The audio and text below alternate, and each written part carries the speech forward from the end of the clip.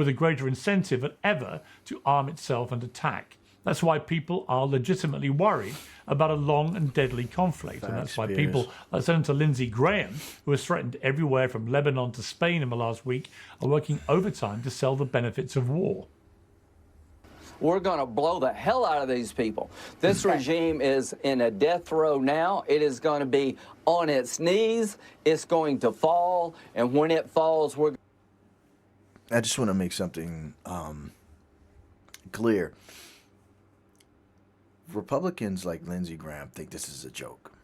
They think this is a game. They think they're playing Call of Duty or some shit like that. People are going to die. You will not have a regime change without putting boots on the ground. That is undeniable. You have to put boots on the ground, and putting boots on the ground equals putting American soldiers' lives at risk. And we will be putting American soldiers' life at risk, not for liberation, not for regime change, but for Israel. For Israel. That's what we're going to do it for. We've been lied to by Israel for decades and decades and decades about a nuclear Iran. We've been lied to our face, to our president of the United States, that they obliterated that nuclear facility, and they do not have the ability to enrich uranium or to create nukes, weapons of mass destruction. We thought that was taken care of. Midnight Hammer. That's what I heard. That's what I thought. It's not about liberation. Donald Trump told Iranian protesters to go out there and protest against the regime. They did that. Tens of thousands. They went out there and they protested against regime. Donald Trump said, "Do it. I got your back." The regime massacred those people. Donald Trump did nothing. He did nothing. So this can't be about liberation. This can't be about for the Iranian people. A Tomahawk missile, confirmed Tomahawk missile, a United States missile, was involved in blowing up that school with those children in it because of bad intel. They thought that it was a military base. It was a vacant military base. Apparently that was vacant for 5-10 years now. So based off old information and bad intel, people had to die. This is not a joke.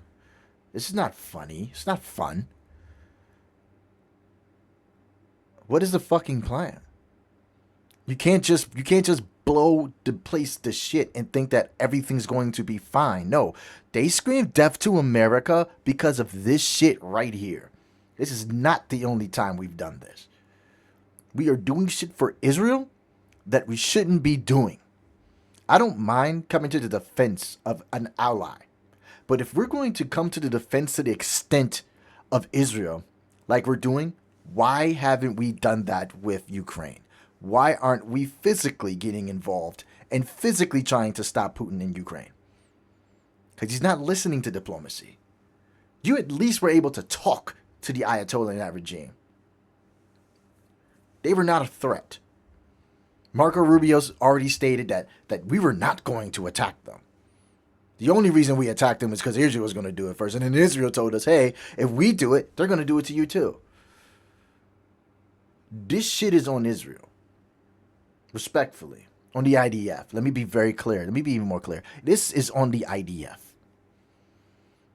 People are going to die. I believe it was 7 American troops, soldiers, have already died. I don't see this ending in a month or 2 months or 3 months.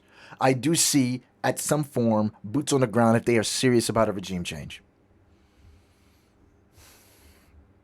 Oil prices are going up. This is probably the most unpopular thing that Donald Trump has done, adding his first term. We're fucked. We're cooked. We are cooked. Shit's not a joke, bro. Shit's not a joke.